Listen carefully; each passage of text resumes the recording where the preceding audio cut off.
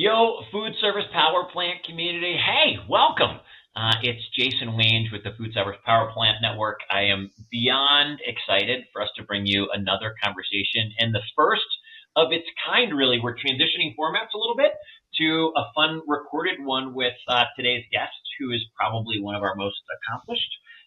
The reason for this change, which is really fun, is, the messages that I've heard from you is we want more of these conversations with industry leaders and people leading in mindset and the health world. And so with kind of my world of travel and everything, the best way to get that to you and accomplish consistently is to get them kind of pre-recorded. So we're super stoked. A couple thanks before I bring on our guest, Sharon. Number one, our sponsors. Thanks to the Zumba Group, FPN Magazine, who help make these conversations possible. Every month, of course, they've come out with their FPN Magazine, with their DSR of the month, and all the wonderful things. So go check them out. And then certainly the team at Craven Company, who is now helping publish these and produce these for us. They built our website, and today's conversation, along with all 115 or so previous, are all on our website. Go check it out at www.fspowerplant.com.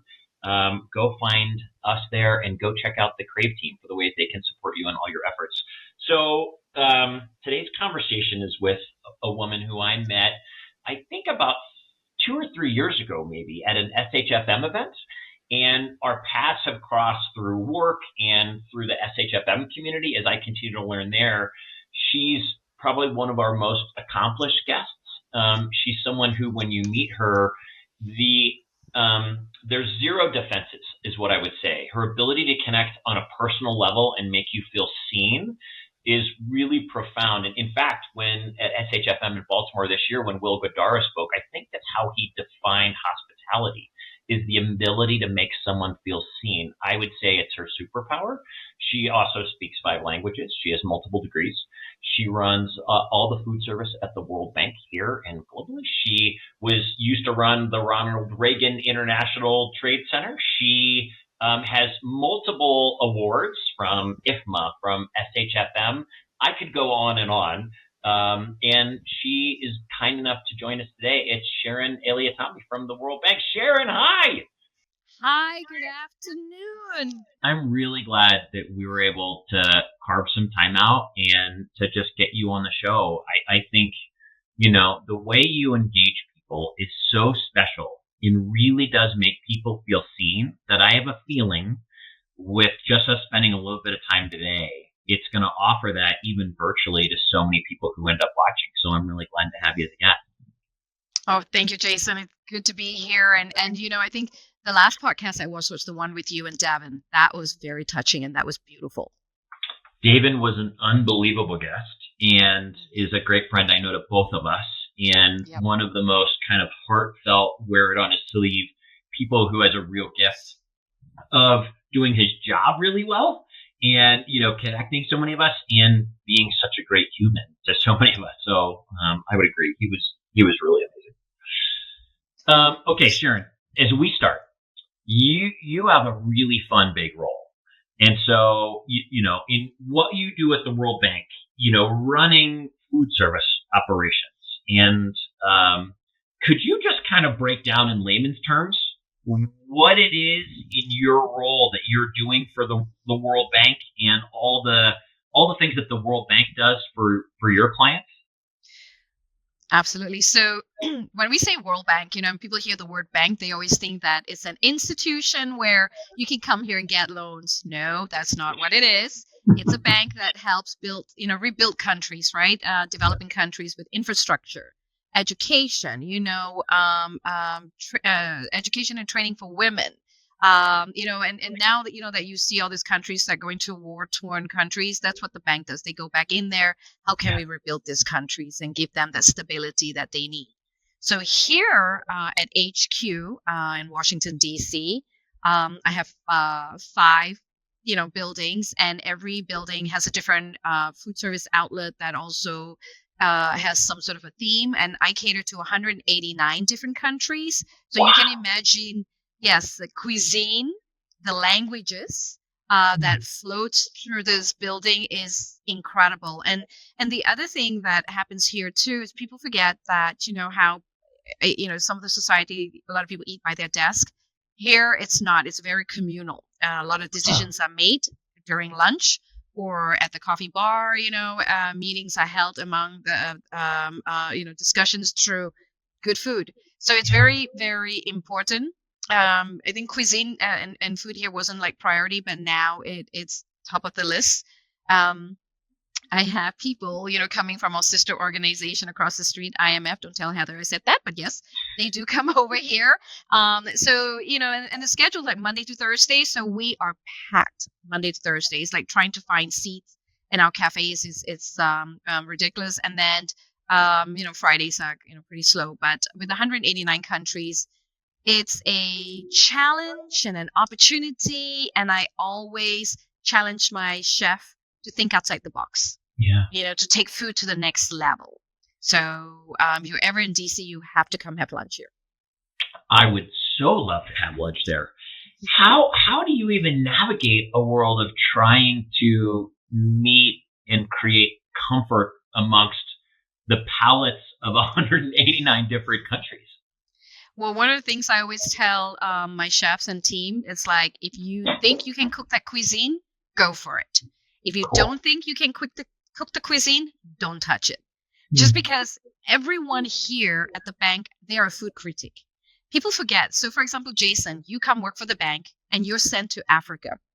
You go to Africa, let's say you're in South Africa, and all of a sudden you've tasted a dish that's so popular there.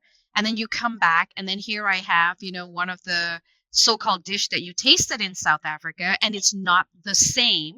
Yeah. So therefore, you've become my food critic. That doesn't mean that you have to be the descendant or the person coming from that country. It could be yourself that's been to that country. Yeah. You come back and you're like, Sharon, what the heck is this? This is not what I had in South Africa, so I can't pull a fast one on you. So I always tell the team, if you cannot do it, don't touch it. We tap into a lot of our bank staff here are very vocal, very helpful, and everything has to be like grandma's cooking, right? And so they will share recipes with us, and then we will try. And sometimes we will do a test cooking, call them, have them come taste it, tell us what's the missing ingredient, and if we think we've nailed it, we will serve it. If we haven't, don't touch it. Oh, I love that. That's what a fun collaborative process, bringing people in, making sure you're getting it right, so that by the time the guest experiences the dish, you've got it. But don't forget, Jason, also sourcing ingredients is also tough. You have to make sure you have the right ingredients. So we work, of course, I have Compass as my on-site, provider, so I work with them, and they are very good at helping source the right ingredients, and if it's not, just besides these employees that work for the World Bank, the vendor employees are also represented by different countries. So we have Spanish speaking, Cambodian speaking, French speaking, Chinese speaking, South Asian speaking. So we have different languages also floating in our kitchen. And sometimes they know where to source those ingredients to the cuisine that we're trying to, make. Wow, that's just incredible. How many different folks are involved to make sure it's a wonderful experience. Gosh, I love the cultural inflection from so many different angles. I want to hear a little bit about your story, because you were born in Malaysia and you went to school in Switzerland, I believe. Yeah. And you've had an amazing journey to get to where you are. For anyone, whether they're listening from another country and they want to make their way here, or someone younger beginning their career, could you just share a little bit about your journey and how you were born in Malaysia and sort of made your way here into the role you're in now? So, growing up Asian, I'm going to say it that way. Growing up Asian, it was tough because, in Asia, and I think a lot of people listening can relate to that, the boys in the family will get the education first. So a lot of investment is put on the boys. So as I was graduating from high school, I wasn't sure what I was going to do. And, my mom, who's like my superpower, Shiro, it's amazing because she's one of those that she came to me and she's like, okay, you're next. What do you want to do? And I've always toyed with the idea of hospitality because I fell in love with the series called Hotel by Arthur Haley. It was James Brolin, all that. It was shown in Malaysia. And I was like, my God, look at the glitz and glamour. This is what I really want to do. Then I heard horror stories about you put all this money into education, and when you come back, you're going to be peeling bags of potatoes and you're never going to be a manager or anything like that. So before I made any attempt to leave the country, I took off from my small little hometown and went to the capital city of Kuala Lumpur, and actually did a 6 months course with they had Stanford College, and also was the American Hotel Motel Association kind of certification. Took those classes, loved it. Even got a part-time job at 16 at the first 5-star hotel, which was Shangri-La. My first day on the job in the banquet department, I had to serve the Prime Minister of Malaysia. I almost died because I've never carried a tray and they wanted me to serve the Prime Minister. What is wrong with these people? And I'm like, oh my God, where's my training? And I swear to God, the banquet waiter had to smack me in my face, to say, he's just a person. Don't you worry. He's just a person. Just do what you need to do. And so thank God the only thing I had to serve him was a hot drink. I was so nervous, but it worked out and I loved it. And I found that, wow, banquets is not bad, And so after that 6 months, my mom was like, okay, if you really like it, then let's think about, what's next. And so we looked at schools in Switzerland. And I would say I was lucky once my dad, provided for that. And so we went and I went to school in Switzerland for 2 years. And also it was an English speaking school, and you had to pick up a foreign language. So imagine leaving Asia and all I've heard in my head with Asian languages and never a European language. So I picked German because German was closer to, I would say, to our native tongue because of the enunciation. It wasn't easy, but I was able to get by. And so we had 6 months to pick up this language, because the way it works in Switzerland is that you would study for 6 months, do your internship for 6 months, then go back to study for 6 months and an internship for 6 months. So you really had hands-on training, and also, you're able to practice your foreign language.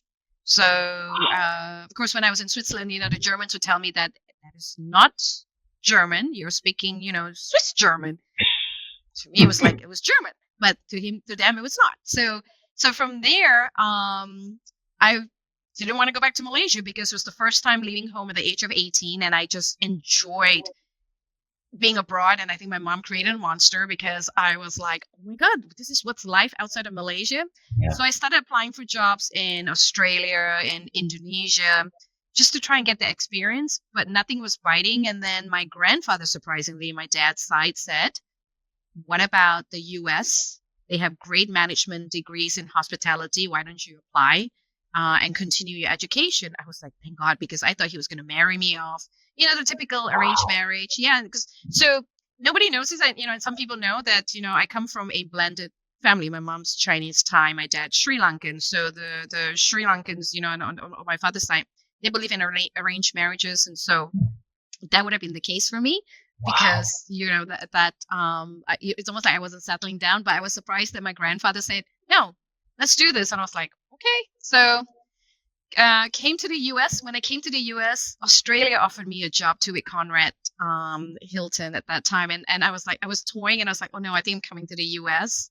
And so when I came to the US, I was able to transfer my credits and did a 4-year program in 2. And you wouldn't believe this, okay?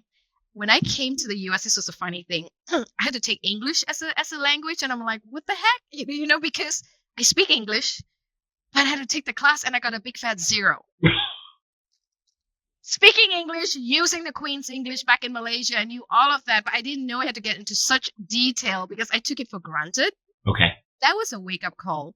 Yeah. That first 0 woke me up. I'm like, what did I do wrong? I speak it every day. Like, what is, I spell correctly, but after that, I got 100. I wasn't messing around. I took, he's like, don't take it for granted. I took it for granted. And I was, culture shock. That was like an eye opener. Like, you think you can do something really well. Yeah. And then you put to the test, and it's like, nope. Yeah. So then from Johnson & Wales was my university that I went to. just as I was graduating, because I also did a part-time job at their career development center. So I saw all the jobs that were coming in and help students with part-time placement, opportunities, all that stuff. There was an opportunity to work with a company at the time called Trust House Forte, and they were based in the UK. Nobody wanted to go to England. I was like, sign me up. Yeah. I went to a panel interview, and there I was. I got the job. It was a 2-year stint. It was an executive management program with the Trust House Forte group, which was Gardner Merchant, that was later on bought up by Sodexo, British company, and they were in the B&I world, because I was actually looking to get back into the hotels, but as I graduated, hotels were not hiring, but the B&I world was, and I wasn't aware of the B&I world or what that was about. Yeah. And then when I started scratching the surface, I'm like, oh, this is actually pretty fun. That you have corporate dining. They did hospitals for their integrated full facility management. So I had an opportunity to work in those different locations. They had college and universities. So they were training us to be young managers and leaders, put us through a team building course, and made some good friends. So it was really nice. And then when we graduated from the UK, there was an opportunity to come back to the US. So my first job back in the US, you wouldn't believe it, was at the World Bank as a contractor. Wow. Okay. Yes. Doing what? I was a food service manager, just coming back. So I was managing their different, cafes. But at that time, there was Marriott, and then there was Gardner Merchant, because the bank wanted to have some competition to see how things were working out. So when I came back, I was here for 2 years before they moved me to a law firm. And then I worked in opening a cafe and building a cafe for the law firms. And then after that, I left and I went to the Reagan building. But I must say that when I came back to the bank, my clients, whom I took the positions from now, right? I told myself I never wanted to be like them, and I stood by my standards. They were scary. Yeah. But also, imagine coming back and this is your first real job. You want it to be fun, but they didn't make it fun, right? I mean, they held you right to the T to what the contract said. There was no flexibility. There was no, shades of gray. It was black or white. And I was like, no, that's not how I'm going to, if I ever be a client, I will never do something like that. And then when I left and I went to the Reagan building, I ran into my client from the World Bank, and I said, oh, what are you doing here? And she said that, her daughter was getting married, they're scouting up a space. And so she was walking around, so I was chit-chatting with her. And then she said, Sharon, are you happy? I'm like, yeah, why? I said, you have a job for me? I was joking, right? She said, yes, I'm retiring. And so I said, okay, I wasn't looking. Yeah. I just passed my resume to her, and it took a while. And then I got my job, and I have not left the bank. I checked on LinkedIn. I think I've been here 18 years and 2 months. According to LinkedIn, that's so great. Yeah, and then so that's why I think I think one of the advice if I gave anyone is like, don't leave your previous job in any bad circumstances, because I thought my clients didn't like me, but they actually valued the work I did, but they never showed it to me. They always had this very black and white about them. There was no shades of gray. So I was like, oh my God. But who knew, right? That this person who was retiring, even first they thought about, what are you doing? Come on over on this side. And so the Reagan building was a 2.2 million square foot of event space. So I was specializing in event planning. It was, Sunday to Saturday, weddings, corporate events, meetings, fundraisers, inauguration. It was incredible. Yeah. The adrenaline was so high. It was, you need to have that type of energy to do that type of work. Yeah. But after a while, I was like, okay, I need a little, stability of life, kind of. And so moved back to kind of the they call it the banker's hours, but not really, but the Monday to Friday and back to the B&I world. So, yeah. What a journey. That's really incredible. It's so funny how sometimes our growth and the things we decide we want to be are based on because we see someone who exemplifies that. And sometimes it's the opposite. We see something we're like, oh, I'm never going to be that, and I'm going the opposite direction. I guess you never know. I'm sure we all have situations of both in our lives. And I bet your team is really grateful that you paid attention. We're willing to learn and say, here's the things I know I won't do moving forward, and I won't disparage and all any of those kind of things.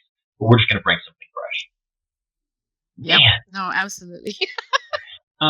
Okay, here's a question I have for you. You are one of the most accomplished guests that we've had. Your resume, your background, the things you do, the awards you won, it's amazing. I covet opportunities to connect with people like you, and this one in particular. Some people might look at it and say, it might seem so far off from reality for people. They might just be like, Sharon is she must be driven. And I'm sure there's a drive in you, right? There's an energy that is constantly, sort of living and flowing through you. But I'm assuming there's more, that, the languages you've learned and the degrees and the things, your willingness to go above and beyond and doing something new. Like, what would you attribute a lot of that drive, that waking up in the morning with the curiosity for the day? Like, what do you think it is in you that drives you to keep going and keep trying new things and keep achieving? That's a very good question. It's tough to put a finger on it, right? For me, it's like I've always been this positive person, no matter, and I can't, I'll tell you this, is like I would, if I'm angry, it'll be only for 5 minutes. I can never hold a grudge, and so for me, the opportunity, to give back, to make things happen, I think it's in me, but I'm sure, it's accumulative of what I've seen throughout my journey. Yeah. And then the other aspect is, what can I do to do more? I feel like I've arrived. I was given the opportunity. I've made it in the US because, to be honest, coming to the US, at a very young age, if you don't put your heart and soul in it, it's not going to just be delivered to you right there on a platter, right? You have to work for it. You have to drive. You have to make the connection. Because if you sit there and you wait for things to come to you, it's never going to happen. But if you are willing to step up and do something, no matter how small, that just keeps growing. Yeah. So much so that, sometimes my friends are like, can you not just sit still for 5 seconds? I'm like, what's that? I don't know what it is, right? I'm always moving, Yeah. And so for me, I think I have to, because no one's going to motivate me but myself. And trust me, there are days when, I just feel I want to put the blanket over my head, Yeah. But then it doesn't, it doesn't defeat it doesn't fit everything I'm doing. I'll tell you this, and some people will say, oh my God, she's so cruel. It's like, I would say this to my cousin. I would say, we're given this one life. Yeah. And if we don't take the opportunity to do everything and anything we can to make it better, then we've wasted that life. And the response from my cousin was, well, I'll do it better the next life. I said to her, if you came back as an ant, you'll meet me. I step on you. And what life is that? Yeah. So sure. So that's the analogy I would use, because I feel like I've been given an opportunity. And if I don't seize the moment, it's never going to happen again. Like, it's like, we're not trying to be greedy. Yeah. We're just trying to make it work. That, that purpose in life. You remember Devin Salgado, who said, what's your purpose in life? That to me, it's like that. You're given that opportunity. I have 2 hands, 2 legs. I can see, I can hear, I can do everything. And then if I don't do and I don't give back, I feel like I haven't done anything. And it's just me. It's always been in me, and I've always wanted to do more, wanted to give back more. What can I do to make things better? And I always said, like, for me, I even said to a friend of mine the other day, if one individual adopted one unhoused person, I think we can solve a problem. Wow. Yeah. And that's the way I look at it. Right here near the World Bank, we have one unhoused gentleman. I know him by his name. His name is Lenny. Say good morning, Good afternoon. What do you need, Lenny? He said, can you feed me? Sure. We'll pack up some food. We'll send him home with some food, right? There's a guy in front of my Trader Joe's, Don. I say, hi, good morning, Don. And every day, not every day, I don't go to Trader Joe's, will rob me blind. But if I go to Trader Joe's and I need to buy something, I will always come out with a muffin and a bottle of orange juice for him. It's just the little things that, I feel like we do that can help. And I think it's just, for me, it's always been in me to try and give back. It might not be monetary, but it could be my time or even a nice hello. So yeah, for me, I feel it's that. I just feel like we've given an opportunity. You just need to seize that moment when you can just sit. Yeah. There's something about this idea of purpose and having something that's bigger than us that we're called on to contribute to. And it really is when I think you tap into some version of that. And I think purpose can change over time, right? What feels like meaningful impact for each of us, it evolves. What it was for me at 18 is different now at 46 and whatever that might be. But there's something, it's like an immediate energy creator in me. And obviously in you, in the ways that you go, you're so tapped into various elements of service. Here's one question. By the way, side note, this is so random. I was riding this morning. I was riding the Peloton, and this guy, the instructor, this guy Ben, who I like, he played a song by One Direction. I think it's called "I Live." Have you ever seen this song or this video? I'm going to send it to you, and I would encourage anyone. Maybe I'll look it up while we're leaving. There's an awesome music video about a kid with, I think it's cystic fibrosis on there. It's on YouTube. You can go find it. It's their video. He's from Colorado, and One Republic's from Colorado. And it's a little bit of his story and just soaking as much in and finding a way in whatever limited time frame we all have for him, and also giving back and what that meant. And this guy, Ben, was like, guys, you got one shot at this thing, in theory, right? Like, as far as I know. And so, like, go, you can say you did it if you found a way to contribute, if you sucked every ounce of life at it today, you gave back, you made someone's life better. And so, just a random detour. But so speaking to your journey, okay, here's my next question. I'm a believer that oftentimes we can't be what we don't see, what we can't see.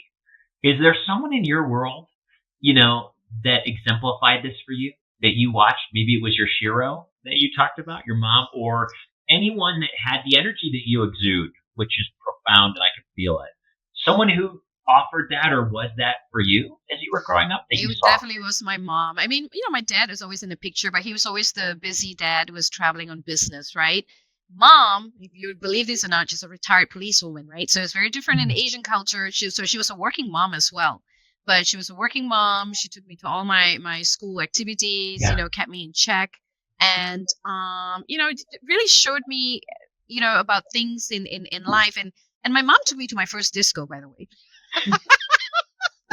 So good. Did she dance with you? No, she sat there to make sure that I didn't get myself into trouble. It was hysterical, She was like, "Go have at it, I'm going to sit here." But she came with her friends, but it was really funny because I bet you my mom was also working at the same time. Like, she was checking out to make sure the nightclubs were not, catering to underage, individuals and stuff. So I was chaperoned. But it was definitely my mother. She did everything she could to help anybody that she could, like, even whether as her when she went on raids, or in Asia or Malaysia, the police force is all in one, unlike in the US where you have the police force, FBI, CIA. For us in Asia, it's all in one. It's all under the police task force.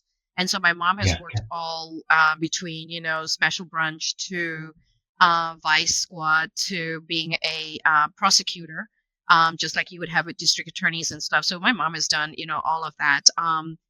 But I have seen how she has helped a lot of people, doesn't ask for anything back. And she does it of the goodness of her heart. And she's always instilled, like, if you're going to do something, do it because you really want to do it for someone. Don't expect anything in return. And that's what I've always believed in. I've helped a lot of people throughout their journey in my course, and I always want people to pay it forward. I'm not looking for something in return. Because I feel like I'm one of the fortunate ones, right? Came to this country being able to speak English, so I didn't have communication issues. I see a lot when knowing that, I've been in board of directors of some of the organizations that I'm on, and some individuals don't have that luxury. They come from families who English is not their first language. They get cheated. They don't get, what they want, and so they always need someone to be their ally, and so my mom, the Shiro, is the one that, it's like a salute to her, and always, I still, talk to her. We'll gossip, we'll talk naughty. I mean, my mom is it's incredible. So yeah. And I'll tell you this, Jason, when I was growing up, I was a very tomboyish, type of person, and I was like, yeah, study, yeah, what study, So one day she took me on a police raid, and just to prove a point, so I had to sit behind this van where they round up all the naughty people.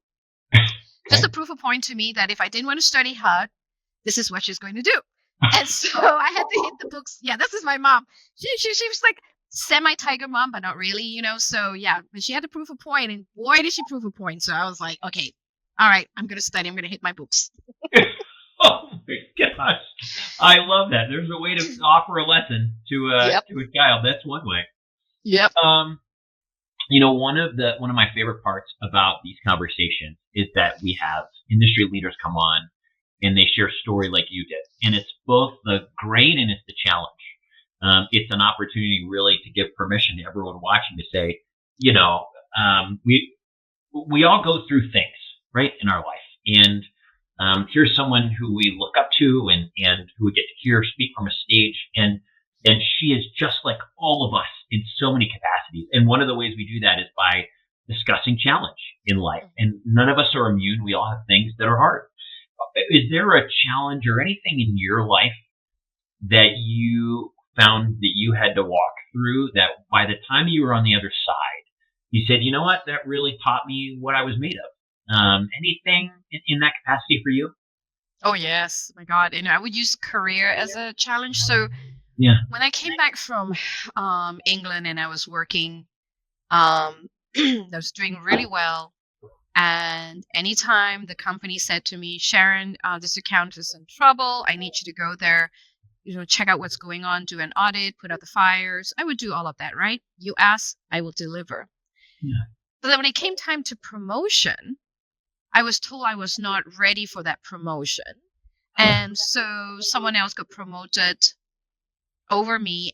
And what really made me angry, because I didn't show it, it was like, wait a minute, but I'm the one that was sent every time to cover for someone, to put out the fires, check the books, do the accounting, audit. What am I not ready? Like, give me a list of what I'm not ready. So it was the boys club.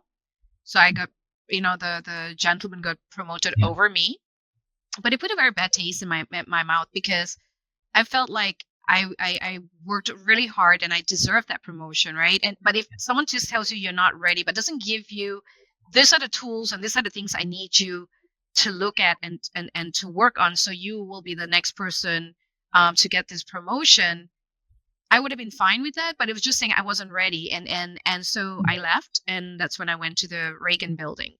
And I totally enjoyed it. And I always think things happen for a reason, right? So obviously it did. And then from there, when I got the job here at the World Bank, I had a boss. My favorite boss left, and then they went to a reorg. And then I had another boss, and it was a cultural shift where the individual was not from this area. They, were from overseas, British educated, and then here was I. We clashed. We clashed. So the he/she thing, where you listen to me or she, and so it was tough. Trust me, it was tough.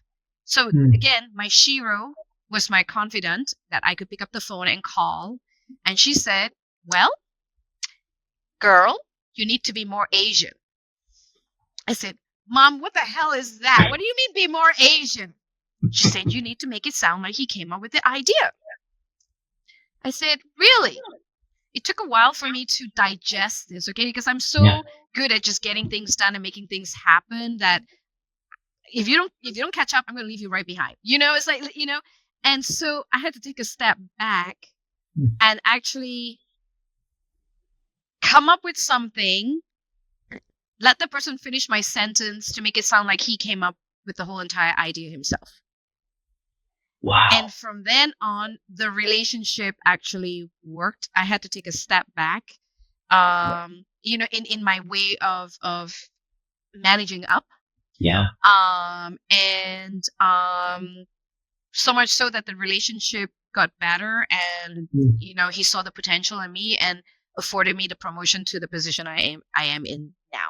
So I would say that challenge became an opportunity, but I had to go to so many hopes of reinventing myself and how I would deliver and speak to my boss, and it was tough. I mean, and it was a lot of lessons learned, but again, that was a one-off thing, and it was a very unusual circumstance.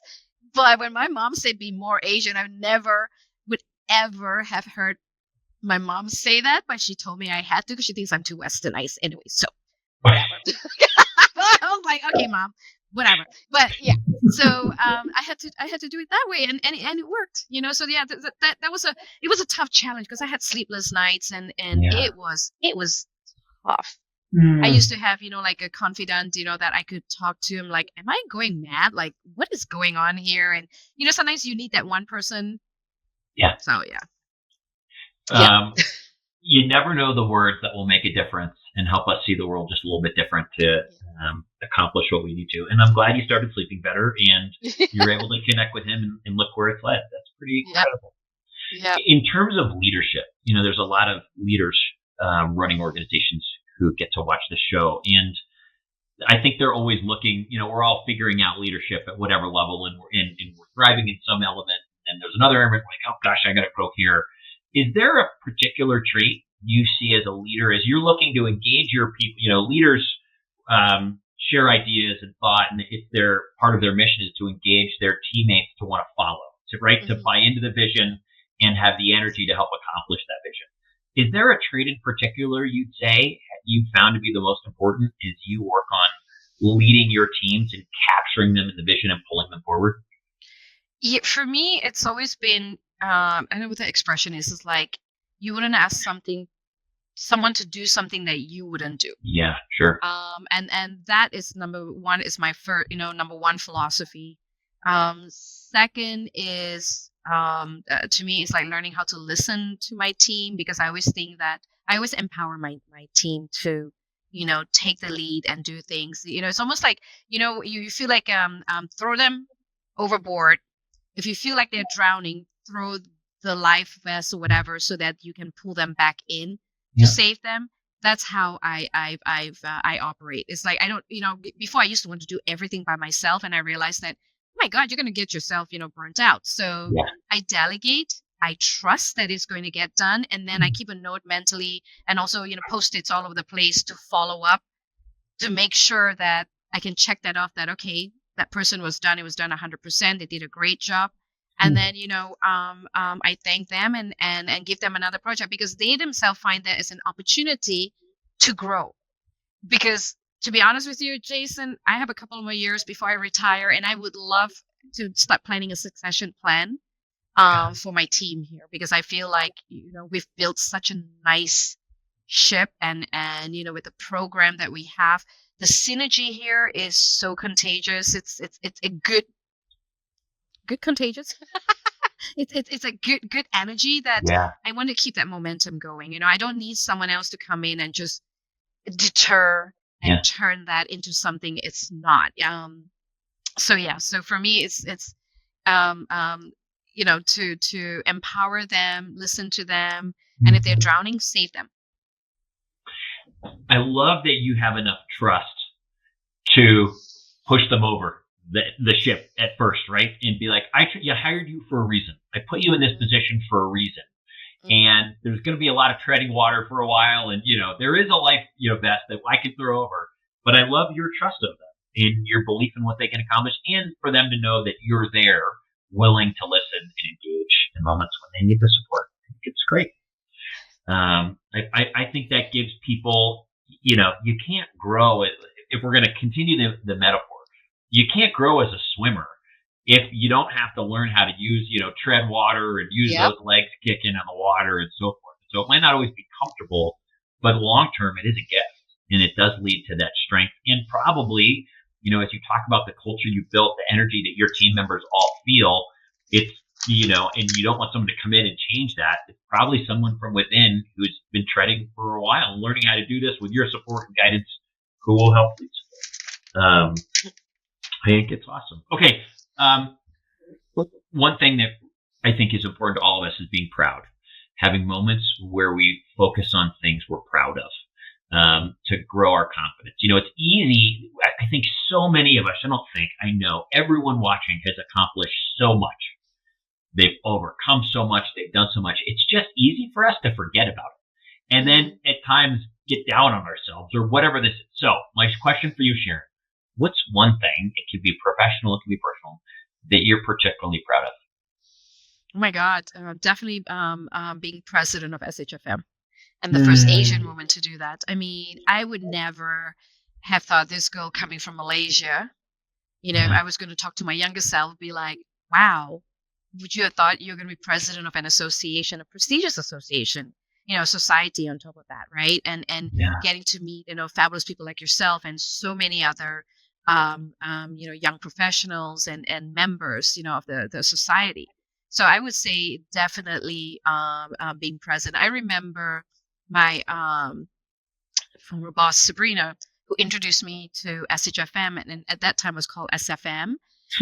I didn't know what it was about, because you always hear of all the other associations, that are pertaining to the hospitality world, but never now, SHFM. And I've been part of it for so many years now. I think I became a member in 2007.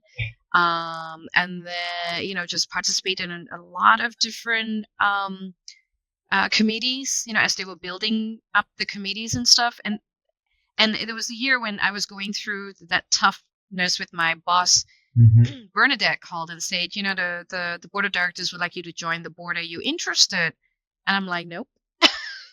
I mean, and you have to choose the right moment, because I felt like if I was going to do something right, I need to be able to commit the time and energy to that. I don't want to take something on and then I fail because I was being greedy. I wanted to do everything at once. No. And because I was going through that part of my life with my leadership, I was like, nope, because I knew I wasn't going to get the support. So why even attempt doing that? And then when I got comfortable with myself being in my position and everything else, I got the call again. Are you ready? I said, yes. And that's when I took on the role being on the board. And then, from the board, I just, worked my way up and becoming president. So to me, that was the proudest moment, because I would not have thought the little old me would be that person standing on stage, giving my speeches and stuff. Sharon, I mean, it's just another component of your love of service and giving back. Of course, for anyone who doesn't know, it's a voluntary role, this role of being on the SHFM board and being president.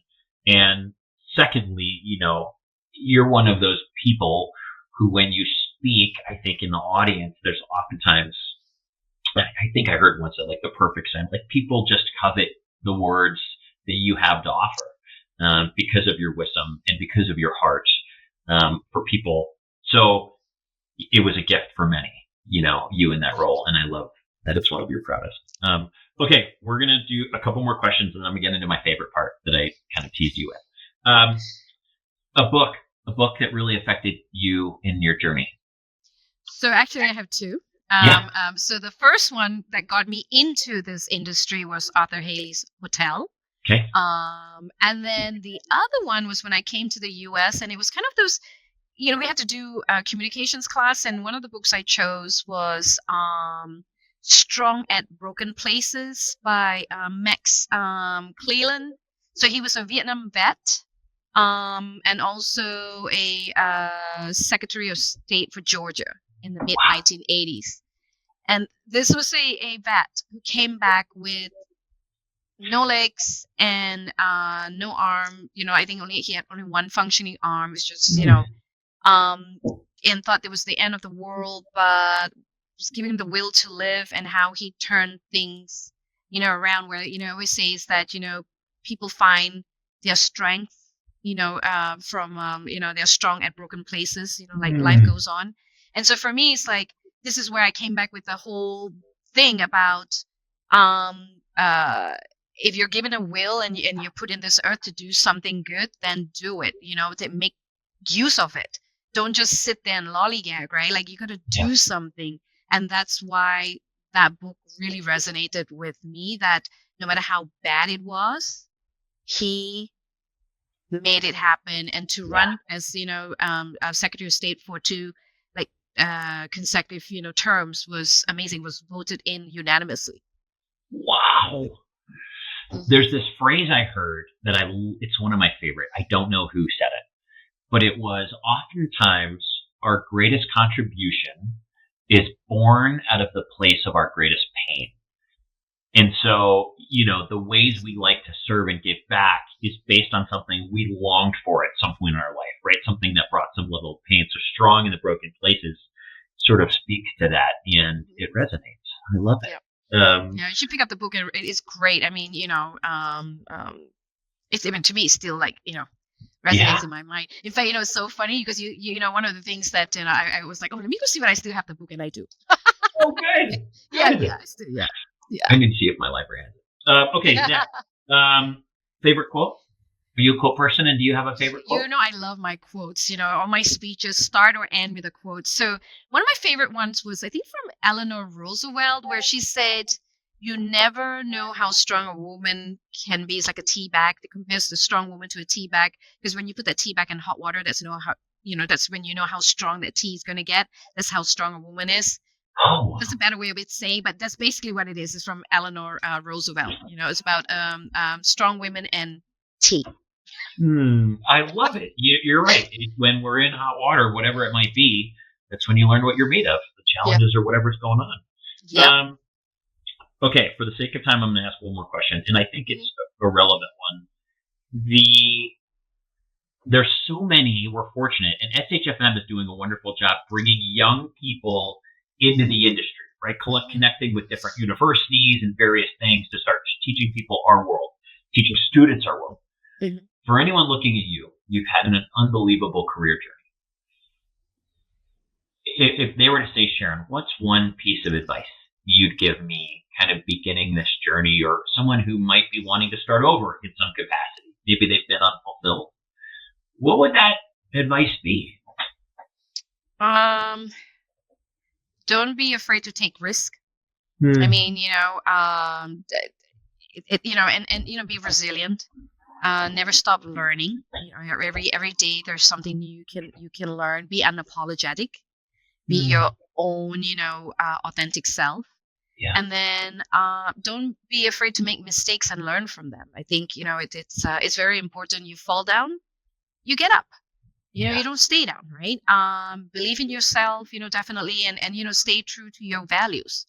To me, I think those would be the advice I would share with our younger generation. And one last thing is, like, no job is ever too small. Like, if someone gives you a small task, they'll say, that's not my forte. Do it, because you will learn something from it, whether you're gaining knowledge, whether you're networking. You never know. So never shy away from that opportunity. So yeah. I think don't be afraid to take risk would be the first one. If I didn't get on that plane and go to England to work, I would never have been able to come back full circle to the US and be in the journey that I'm in, or also learn a different culture, from the UK, which is very different from the US when it comes to hospitality. So. Sure. Oh, I love it. I think when you talk about just do the small things well, essentially, there's no task too small. Mm-hmm. I think there is something for any manager who assigns something to me that maybe I think it's small, whatever it might be. How I do that is an example of how I might do anything. And, it is in those small moments, I think, that we demonstrate character, improve ourselves, both to us, but particularly to anyone watching. who's thinking about, am I willing to give this person something a little bit bigger and help them rise up? And it's in the willingness to engage with the small things with, kind of an abundance of energy and, the extra mile that you have the chance to grow. So kudos. I agree. Sharon, this has been amazing. And so here's my favorite part of every conversation. So it's a part that we call encouraging words. So you've done an incredible job in your career, both in what you do for your client, your various clients and now at the World Bank, but in supporting others. And so I reached out to a few people who call you colleague and friend and said, tell me the difference that Sharon's made in your world or who she represents to you. And so I get to read you some of those right now. And so I'm going to go through a few of them. And you might have to help me with pronunciations of names at times, just for fair warning. I'm going to start with our buddy, who's the current SHFM president, Shane Barnum of ITW. He said, I still remember the first time I met Sharon at the SHFM conference at Mohegan Sun. She has an amazing energy about her. She inspires people to want to be better at work, better at home, and for themselves. Sharon leads by example, and as she has changed the hospitality industry all for the better.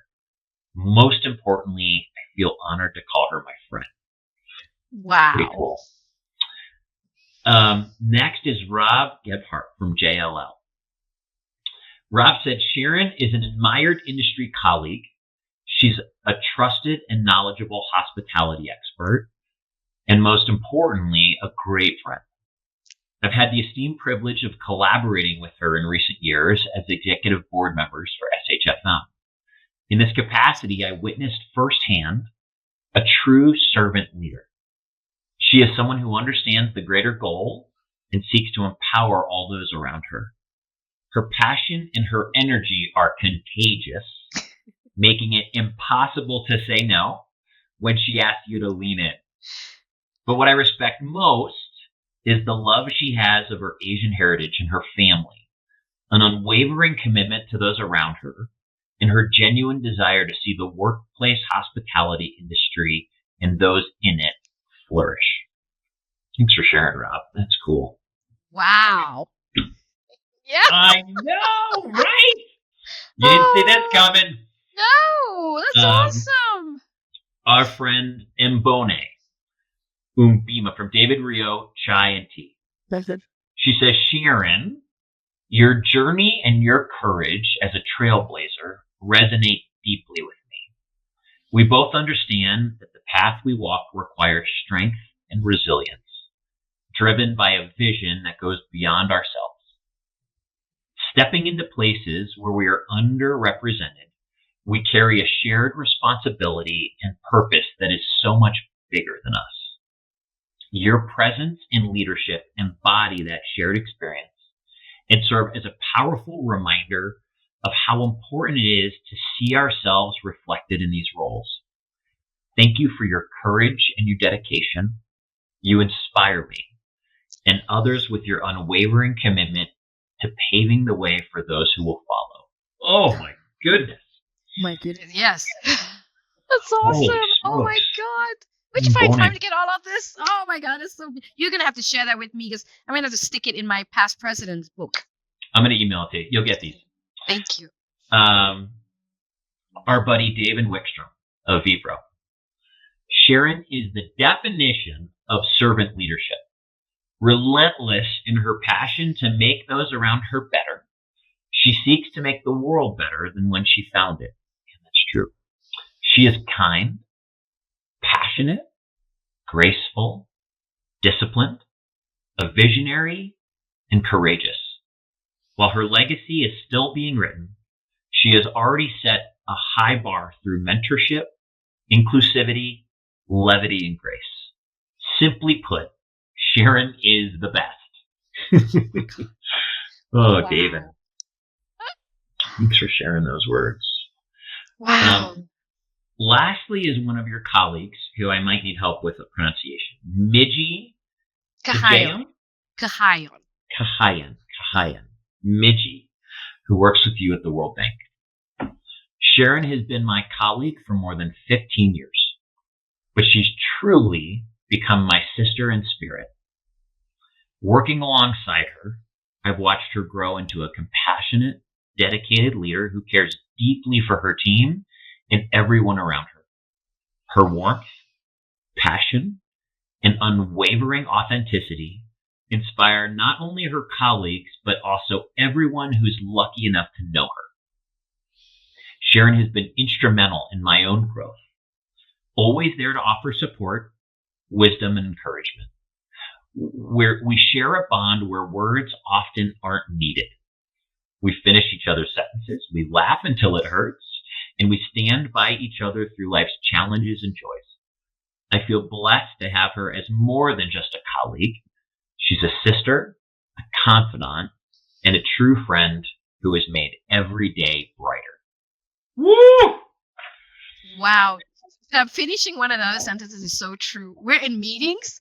She'll finish my sentence. I'll finish. I was like, get off my wavelength. But yes, talk about the synergy. That's what I'm saying. The synergy here is incredible. Oh, wow. You made my weekend. I love what you've cultivated. And Sharon, listen, this has been such a gift. And, to everyone watching, I'm sure this has impacted you in some capacity. If you haven't, I hope you've maybe take notes. You could certainly connect with Sharon and I on LinkedIn. Happy to connect, answer any questions, reach out to me with anything. I think this idea of having something bigger than yourselves, which you're looking to accomplish, is so significant. We're all looking for energy. Energy is kind of that, the fountain of youth, the thing that, regardless of what age we are physically, right, biologically, like, you can be going strong at 98 or whatever it is if you've got something that feels meaningful and so worthwhile to live for, to always make someone's life better, or, whatever it is in your world improved. And so, you can be driven. It's great. I hope you're accomplishing much in what you're doing, but more importantly, I hope there's just an energy that bubbles up in you every single day. And when it doesn't, it's okay. But that we, get to self-evaluate and learn how to re-offer it to ourselves and bring that motivation and figure out what, pebble might be in our shoe at the moment, or whatever it is, because we all have challenge and we all go through seasons. If you're in one of those seasons now, I hope you heard Sharon's story that we all have times where we're not sleeping well, times where it's tough to get out of bed, to figure, to motivate ourselves, and all those things. Keep going. We all experience it. You're not alone.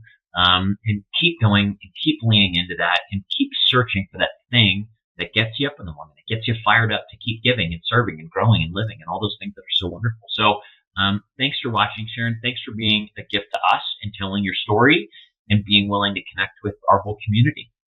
No, thank you for having me. It's been a pleasure. Thank you. You've got it. Everyone, have a great, great night. Talk to you soon. Bye-bye.